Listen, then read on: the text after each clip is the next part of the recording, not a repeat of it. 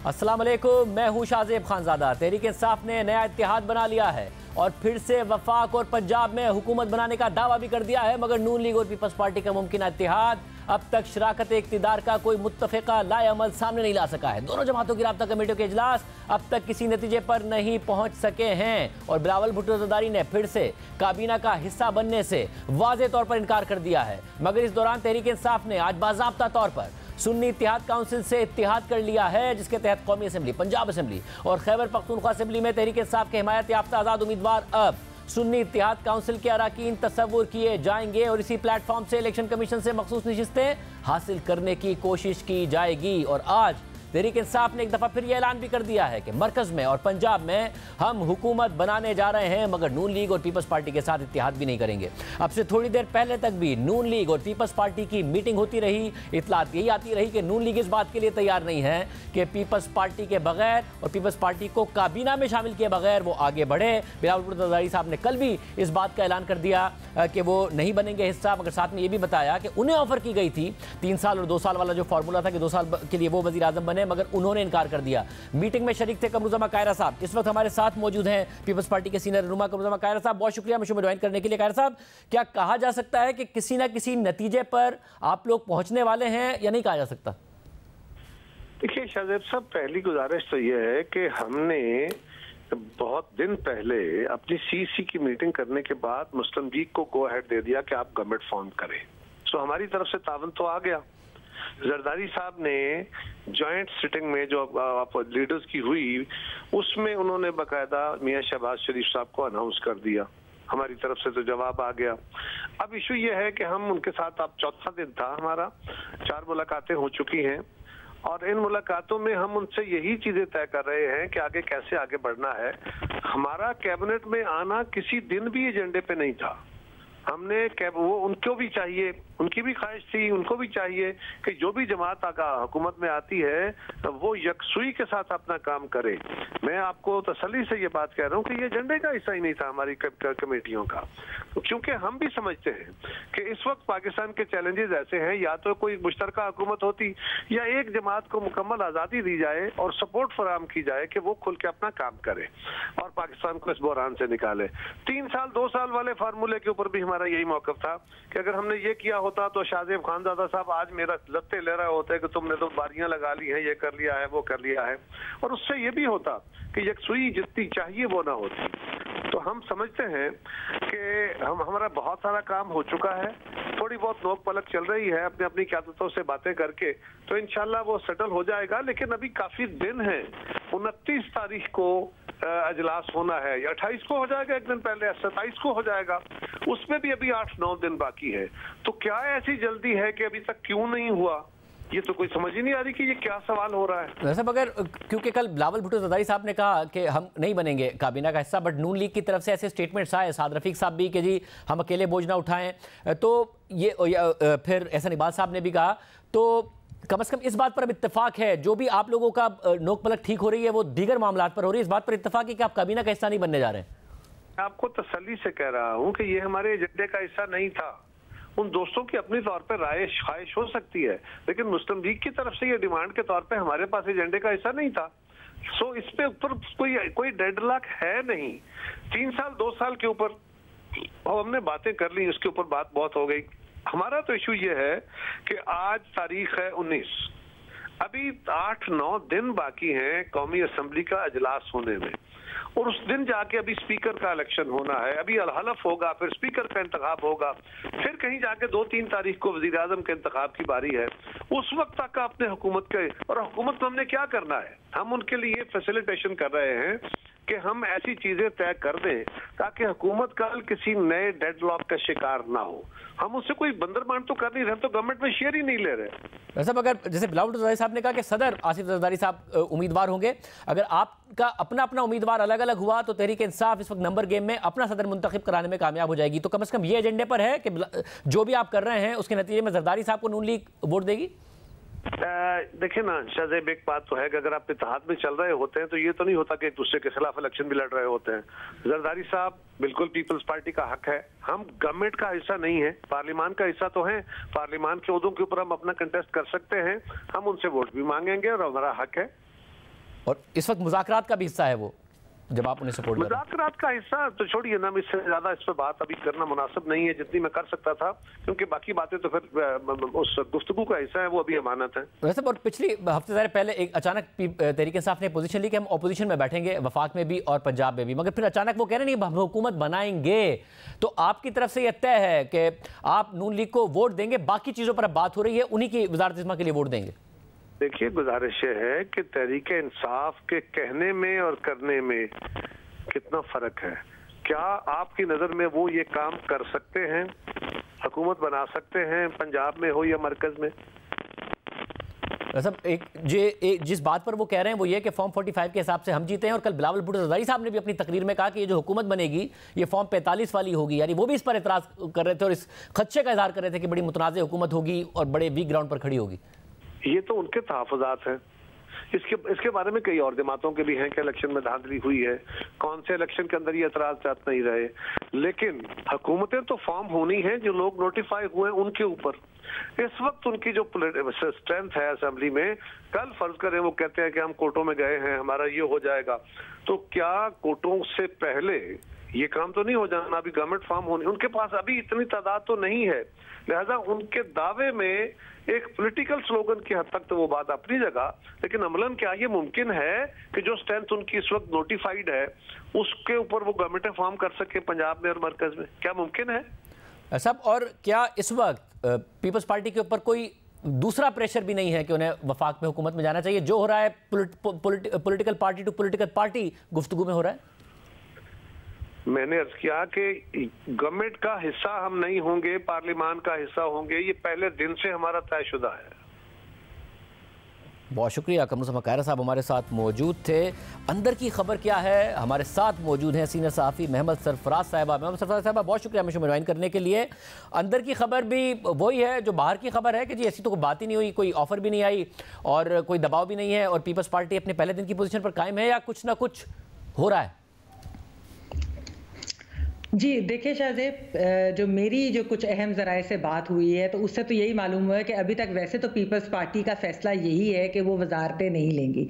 बिलावल भुट्टो साहब ने भी ठट्ठा में यही बात की थी, लेकिन उसके साथ साथ सुनने में ये भी आ रहा है कि अब प्रेशर थोड़ा सा बढ़ गया है कि पीपल्स पार्टी भी काबीना का हिस्सा हो, हुकूमत का हिस्सा हो, और उसमें कुछ नून की भी अमल दखल है। जिस तरह आपको याद होगा कि ख्वाजा साद रफीक साहब ने कुछ ट्वीट की थी जिसमें दो बड़ी अहम बातें थी। एक थी कि वफाकी हुकूमत की तश्कील मुस्लिम लीग नून की नहीं, पार्लियामान में मौजूद तमाम जमातों की मुश्तरका जिम्मेदारी है, और दूसरी बात थी कि मुस्लिम लीग नून को कांटों का ये ताज अपने सर पे सजाने का कोई शौक नहीं है। तो ये जो चीज़ थी ये भी उस प्रेशर का एक हिस्सा है। लेकिन ये मैं ज़रूर आपको कहूँगी कि पीपल्स पार्टी की कोशिश तो यही है कि वो रेजिस्ट करें इस प्रेशर को, और अभी कोई हतमी फैसला नहीं हुआ, लेकिन जो भी फैसला होगा वो अगले 1-2 दिन में हमारे सामने आ जाएगा। मगर ये जो प्रेशर वाली बात है, अब वैसे भी जमातें आमतौर पर चाहती हैं कि जी पावर शेयरिंग में उनका हिस्सा हो, उनकी पार्टी को मदद मिलती है, उनके मुख्तलिफ रहनुमा जो पंजाब में हैं अगर वो पंजाब में भी हिस्सा बनते हैं उन्हें हेल्प मिलती है, फंडिंग में हेल्प मिलती है। तो क्या वजह क्या है कि तहरीक इंसाफ इतना ज़्यादा फासला इख्तियार करना चाहती है हुकूमत से कि जी बस आपको सपोर्ट कर देंगे, हमें नहीं चाहिए कोई पावर शेयरिंग?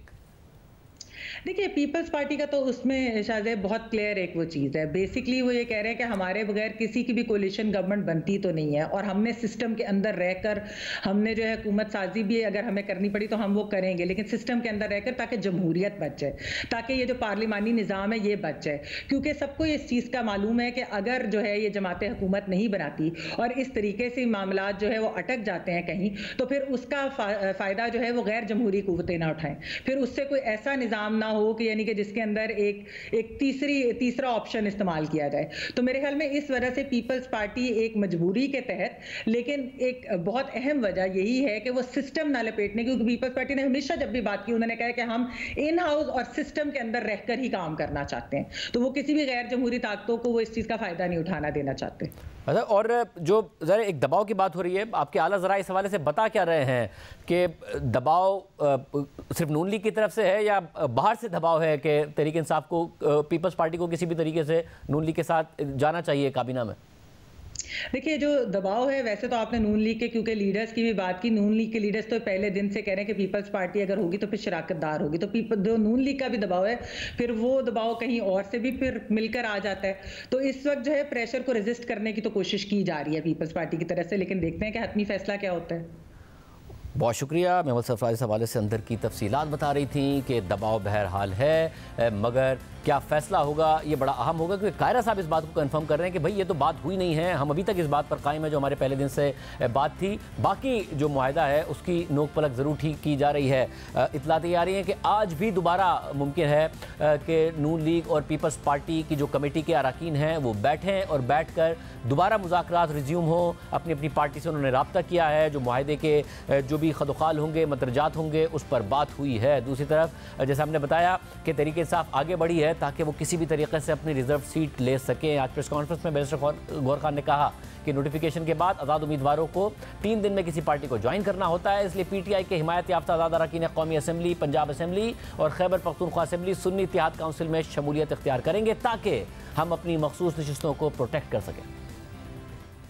नोटिफिकेशन के मुताबिक आज़ाद कैंडिडेट ने विद इन 3 डेज ज्वाइन करना होता है किसी पार्टी को। अब कंसेंसस के साथ हमारा ये फैसला हो चुका है कि हमारे कैंडिडेट्स वो नेशनल असम्बली में और वो प्रोविंशियल असम्बली पंजाब और प्रोविंशियल असम्बली केपी के सुन्नी इत्तेहाद काउंसिल को एज अ पार्टी ज्वाइन करेंगे। हमारे कैंडिडेट अपने एफिडेविट कल जमा करा चुके हैं हमारे पास, और रीज़न यही है, आपको मालूम है कि नेशनल असम्बली में 70 रिजर्व सीटें मौजूद हैं। इसी तरह पूरे मुल्क में 227 रिजर्व सीट्स है। ये सीटें मिलती है उन सिर्फ पॉलिटिकल पार्टीज।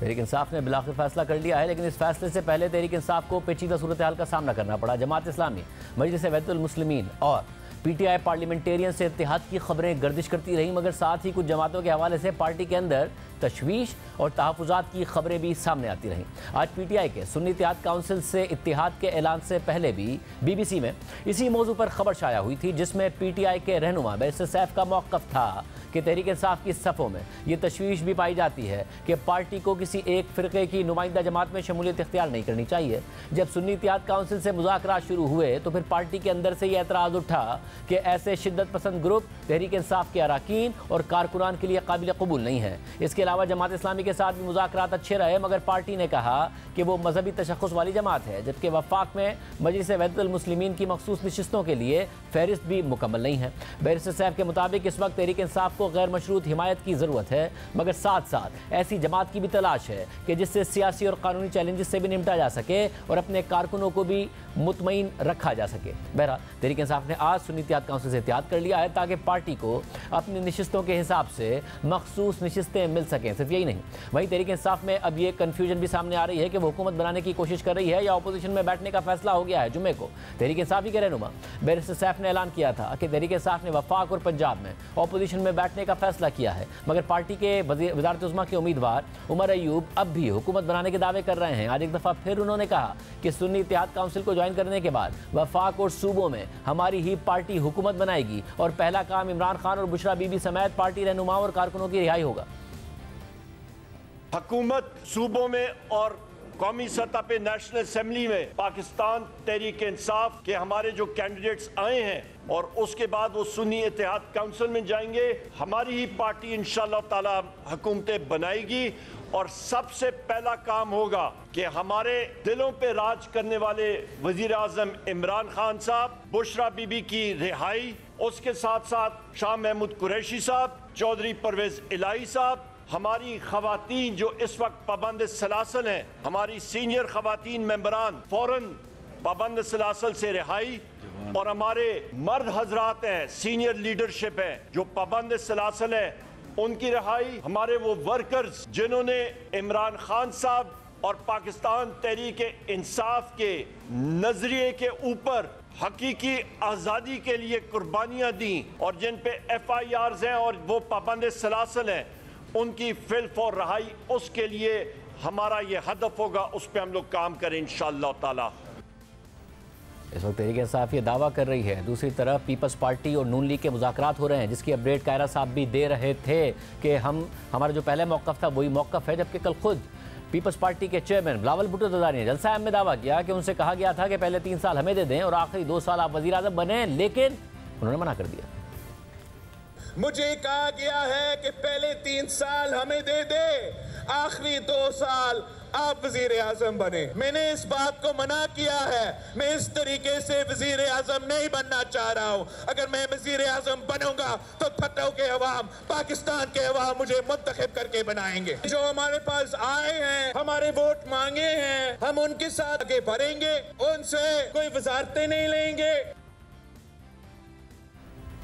अब एक और दिलचस्प सूरत हाल है, क्योंकि जब पहली दफ़ा यह खबर सामने आई थी तो नून लीग ने इस खबर की तरदीद कर दी थी, मगर अब बिलावल भुट्टो ज़रदारी ने इसके बरक्स दावा कर दिया और कह दिया है कि नून लीग की तरफ से उन्हें यह ऑफर की गई थी। दूसरी जानिब आज इस्लामाबाद हाई कोर्ट ने इस्लामाबाद से कामयाब करार दिए जाने वाले नून लीग के 3 कौमी असम्बली के उम्मीदवारों की कामयाबी की नोटिफिकेशन मुअत्तल कर दी है। इस्लामाबाद हाई कोर्ट के जस्टिस मियां गुल हसन औरंगजेब और जस्टिस अरबाब मोहम्मद ताहिर ने आज अहकाम जारी किए हैं। इन तीनों अराकीन में NA46 से अंजुम अकील, NA47 से तारिक फजल चौधरी और NA48 से राजा खुर्रम शामिल हैं। राजा खुर्रम ने आज़ाद हैसियत में कामयाबी हासिल की थी, मगर बाद में नून लीग में शामिल हो गए थे। इससे पहले इन तीनों अराकीन की कामयाबी के खिलाफ इनके मुखालिफ उम्मीदवारों ने इस्लामाबाद हाई कोर्ट से रुजू किया था, मगर chief justice Islamabad high court justice Aamir Farooq ने दरख्वास्तों को निपटाते हुए मामला इलेक्शन कमीशन को वापस भेज दिया था, मगर दरख्वास्त गुजारों ने इस फैसले के खिलाफ इंट्रा कोर्ट अपील दायर की थी, जिस पर आज 2 रुकनी बेंच ने अबूरी फैसला दे दिया है। इसके अलावा PTI के हवाले से हालात में तब्दीली की एक लहर दिखाई देने लगी है। तहरीक इंसाफ के रूपोच रहनुमाओं को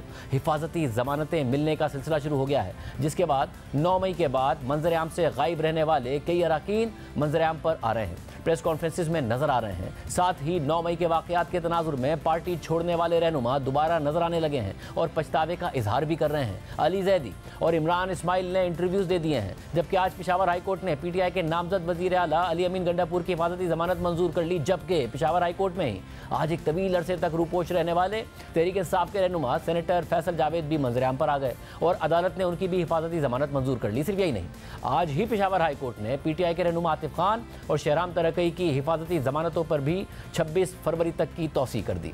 इन दोनों रहनुमाओं ने हाई कोर्ट के बाहर मीडिया से गुफ्तगू भी की। इससे पहले हालिया दिनों में उमर अयूब भी एक लंबी रूपोशी के बाद मंजर-ए-आम पर आए हैं और बाकायदा प्रेस कॉन्फ्रेंसिस भी कर रहे हैं। उन्हें भी गुज़िश्ता हफ्ते पेशावर हाई कोर्ट ने 24 मुकदमात में हिफाजती जमानत दे दी थी। और दूसरी तरफ जिन रहनुमाओं ने तहरीक इंसाफ छोड़कर अपनी जमातें बनाई, वो अपनी ही पार्टियों की सरबराही से मुस्ताफ़ी हो गए हैं। परवेज़ खटक इलेक्शन हारने के बाद PTI पार्लियामेंटेरियंस की सरबराही से मुस्ताफ़ी हो गए हैं और साथ ही पार्टी की बुनियादी रुकनियत भी छोड़ दी है। और जहांगीर तरीन इलेक्शन हारने के बाद इस्तेकाम पाकिस्तान पार्टी की सरबराही से मुस्ताफ़ी होने के साथ साथ सियासत ही छोड़ गए हैं। क्या अचानक हवाओं का रुख तब्दील होने जा रहा है और मरकज़ में आखिर हुकूमत किसकी बनने जा रही है, ये सवाल अपनी जगह बरकरार है, मगर इस वक्त इम्कानात नज़र आ रहे हैं कि नून लीग और पीपल्स पार्टी इस हवाले से आगे बढ़ रहे हैं। दूसरी जानिब इलेक्शन के हतमी नतीजे आने के बाद एक तरफ जहां हुकूमत साजी के लिए सियासी जमातों में हलचल उरूज पर है, तो वहीं हर गुजरते दिन के साथ IMF के मौजूदा प्रोग्राम की मुद्दत भी ख़त्म हो रही है। लेकिन अभी तक इस मौजूदा स्टैंड बाय अरेंजमेंट प्रोग्राम के तहत पाकिस्तान को $1.1 अरब मिलना बाकी हैं। कर्ज की इस बकिया रकम को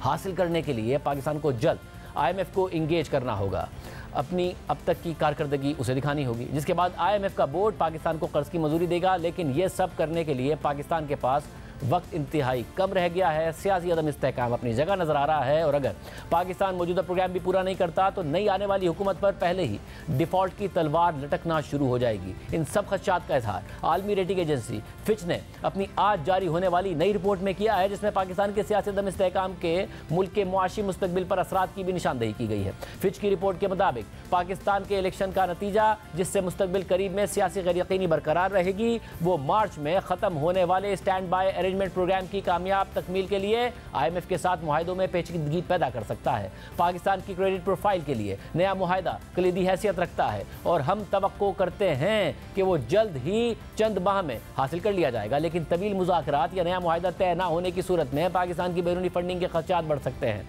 जिससे डिफ़ॉल्ट का खतरा भी बढ़ सकता है। फिच के मुताबिक हालिया महीनों में पाकिस्तान की बैरूनी फाइनेंसिंग में बेहतरी आई है। स्टेट बैंक के मुताबिक 9 फरवरी को पाकिस्तान के ज़र मुबादला के ज़खायर $8 अरब थे, जबकि 3 फरवरी 2023 को यही ज़र मुबादला के ज़खायर $2.9 अरब पर थे। बहरहाल ये अभी भी पाकिस्तान की बैरूनी अदायगियों की ज़रूरत से कम है, जिसके बारे में हमारी तवक्को है कि आइंदा कुछ सालों तक पाकिस्तान की बैरूनी अदायगियाँ ज़र मुबादला के ज़खायर से ज़्यादा रहेंगी। हमारे अंदाजे के मुताबिक रवा माली साल पाकिस्तान बायलैटरल कर्ज के रोल ओवर के अलावा पहली 2 तिमाहियों में $18 अरब के कर्ज हदफ का निस्फ हिस्सा भी हासिल नहीं कर सका है। फिच के मुताबिक पाकिस्तान की कमजोर एक्सटर्नल पोजीशन का मतलब है कि आइंदा आने वाली हुकूमत के एजेंडा में सबसे फौरी इशू मल्टीलैटरल और बायलैटरल पार्टनर से कर्ज हासिल करना होगा। ऐसा लगता है कि इमरान खान की पाकिस्तान तहरीक इंसाफ के हिमायत याफ्ता उम्मीदवारों की मजबूत कारकर्दगी के बावजूद पाकिस्तान मुस्लिम लीग नून और पाकिस्तान पीपल्स पार्टी मिलकर इत्तेहादी हुकूमत बनाएंगे। स्टैंड बाय अरेंजमेंट प्रोग्राम के बाद एक नई डील के लिए मुज़ाकरात और उसके तहत तय पाने वाली पॉलिसी कमिटमेंट्स को पूरा करना न सिर्फ IMF बल्कि बाकी इदारों से कर्ज हासिल करने के लिए भी अहम होगा और आइंदा आने वाले अरसे में पाकिस्तान के मुआशी मुस्तकबिल पर असरअंदाज होगा। फिच के मुताबिक नई IMF डील को हतमी शक्ल देना चैलेंजिंग होगा। मौजूदा स्टैंड बाय अरेंजमेंट प्रोग्राम एक अबूरी पैकेज था और हमारा मानना है कि इसके बाद कोई भी नया प्रोग्राम मजीद सख्त शराइत के साथ आएगा जिसकी पाकिस्तान के अंदर से मज़ाहमत सामने आएगी। इसके बावजूद हमारा मानना है कि पाकिस्तान को दरपेश मुआशी चैलेंजेस और महदूद मुतबादिल की वजह से किसी भी किस्म की मज़ाहमत पर काबू पा लिया जाएगा।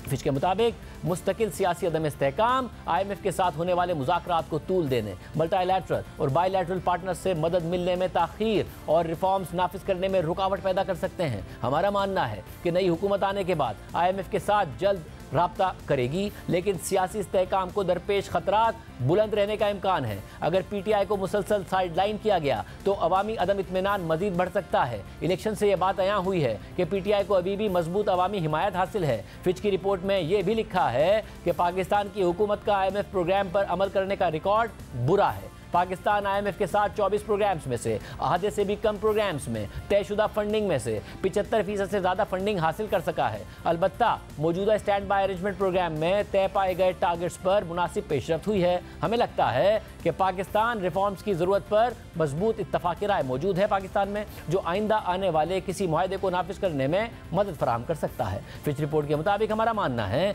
कि पाकिस्तान की बैरूनी अदायगियाँ तब तक कमज़ोर रहेंगी जब तक पाकिस्तान में एक ऐसा प्राइवेट सेक्टर परवान नहीं चढ़ता जिससे आमदनी बरामदात के जरिए हो और जो बैरूनी सरमायाकारी हासिल कर सके या जिससे दरामदात पर इन्हिसार कम हो सके। प्रोग्राम में ब्रेक शामिल करते हैं।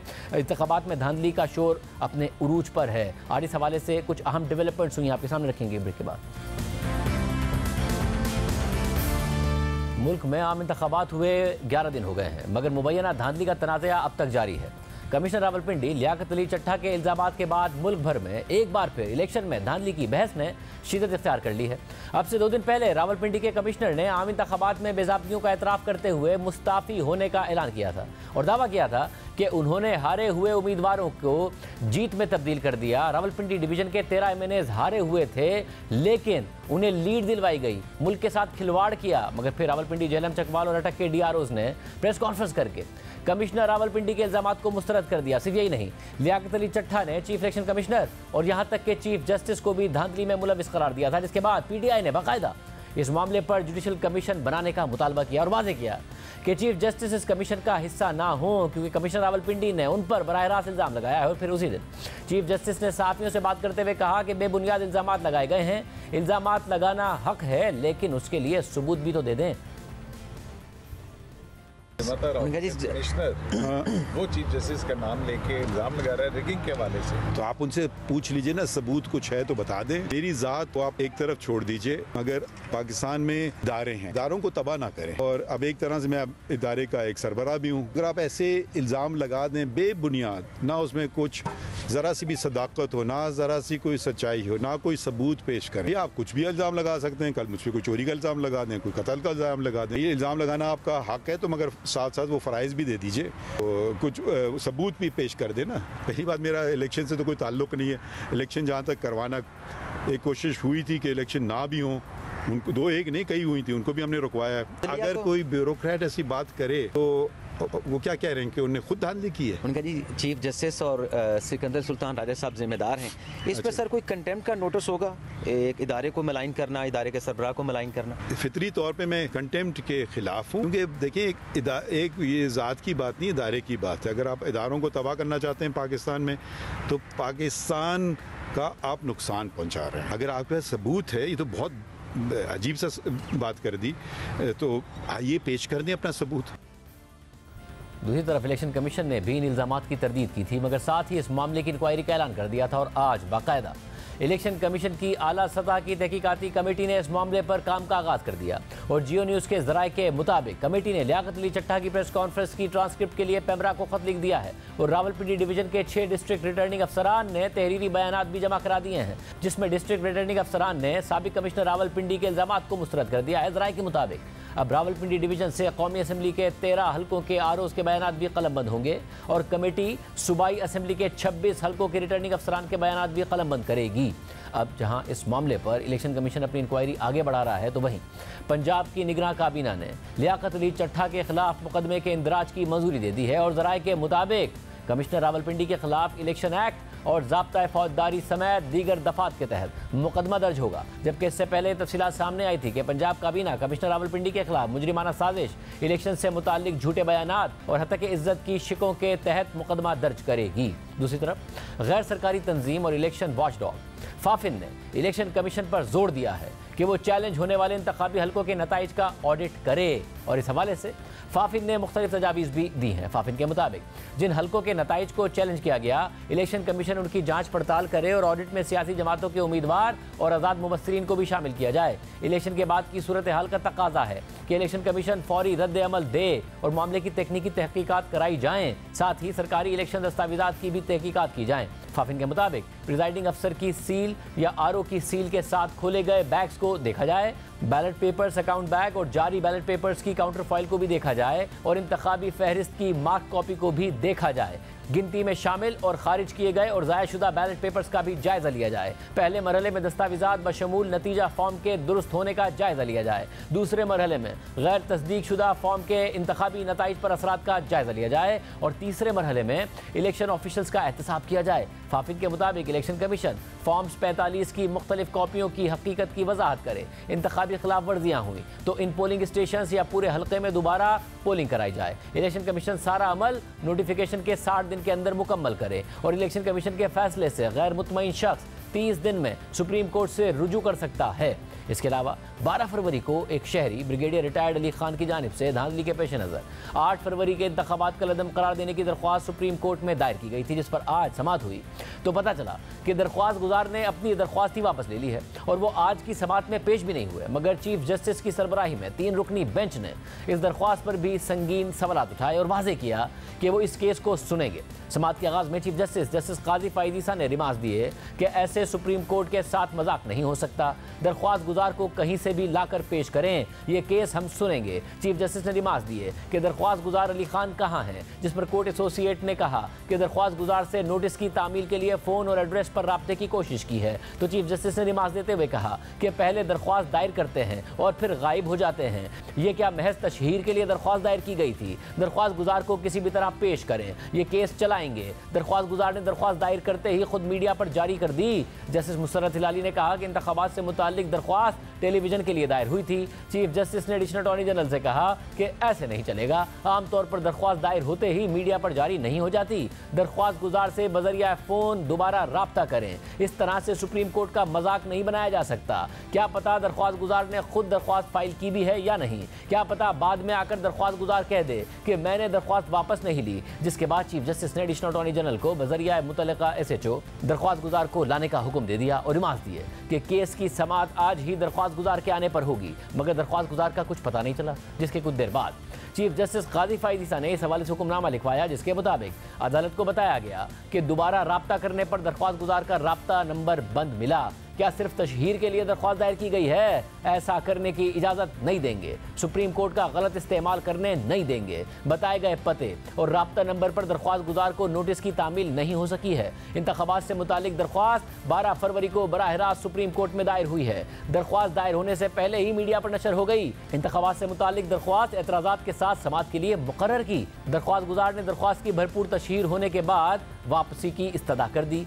बजरिया SHO भी दरख्वास्त गुजार ब्रिगेडियर रिटायर्ड अली खान से राब्ता किया जाए। केस की दोबारा समाअत 21 फरवरी को होगी। दरख्वास्त गुजार ने खुद को फौज का साबिक ब्रिगेडियर बताया है, जिसके बाद अदालत ने दरख्वास्त गुजार ब्रिगेडियर रिटायर्ड अली खान को वजारत दिफा के जरिए नोटिस जारी कर दिया।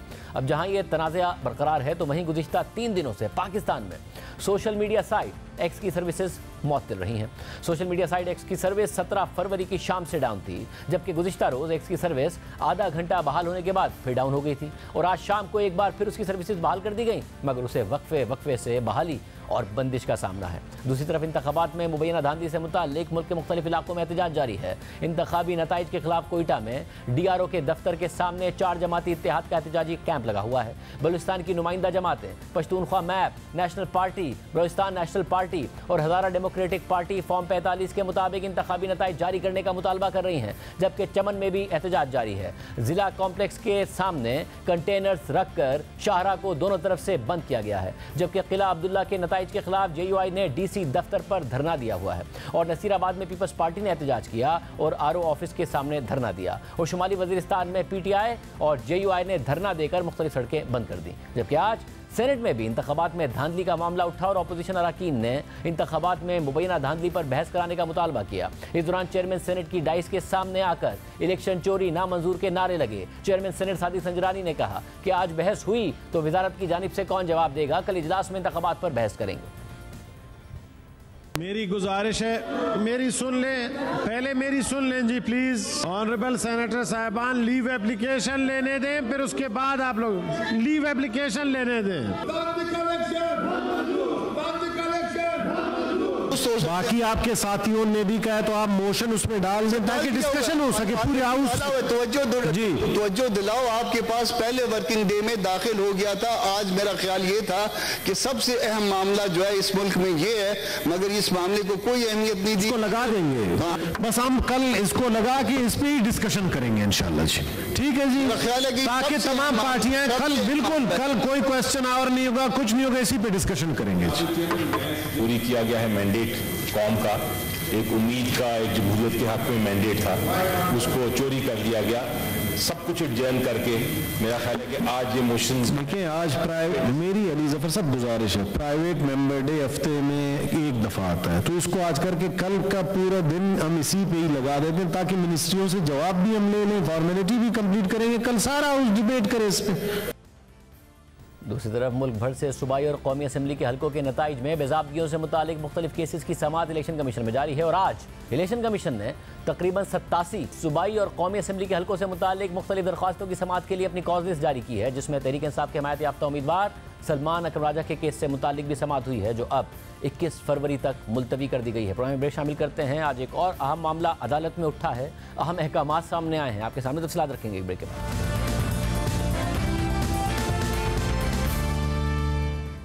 इस्लामाबाद हाई कोर्ट में आज जस्टिस मोहसिन अख्तर कियानी ने लापता बलोच तलबा केस की समाअत की। मुसलसल दूसरी बार तलब करने के बावजूद निगरान वज़ीर आज़म अनवारुल हक काकड़ अदालत के सामने पेश नहीं हुए, इस पर अदालत ने बरहमी का इजहार किया। समाअत के दौरान जस्टिस मोहसिन अख्तर कियानी ने अटॉर्नी जनरल मसूद उस्मान अवान से पूछा कि क्या लापता 12 तलबा अभी तक बाजियाब नहीं हुए। इस पर अटॉर्नी जनरल ने जवाब दिया कि मेरी मालूमात के मुताबिक 8 तलबा अभी बाजियाब नहीं हुए। इस पर जस्टिस मोहसिन अख्तर कियानी ने पूछा कि निगरान वज़रा, सेक्रेटरी दिफा और सेक्रेटरी दाखिला किधर हैं, क्या दूसरी दफ़ा भी वज़ीर आज़म नहीं आए, सेक्रेटरी दिफा क्यों नहीं आए। इस दौरान सेक्रेटरी दाखिला आफ्ताब दुरानी अदालत के सामने पेश हो गए। जस्टिस मोहसिन अख्तर कियानी ने निगरान वज़ीर आज़म अनवारुल हक काकड़ की अदम हाजिरी पर रिमार्क देते हुए कहा कि निगरान वज़ीर आज़म से पूछ लें, उनको इसलिए बुलाया था क्योंकि वो जवाबदेह हैं, यहाँ कोई कानून से बालातर नहीं है, या आप इन लापता अफराद के खिलाफ क्रिमिनल केसेस की तफसील बताएं, या फिर रियासती इदारे जबरी गुमशुदगियों के जिम्मेदार हैं, या फिर ये लोग खुद भाग गए या किसी तीसरे ने उन्हें अगवा कर लिया। इस सूरत में फिर रियासती इदारों की नाकामी है। जस्टिस मोहसिन अख्तर कियानी ने मजीद रिमार्क दिए कि 24 तारीखें हो चुकी हैं, इन लापता बच्चों की माएँ बहनें होंगी, वो ढूंढ रही होंगी।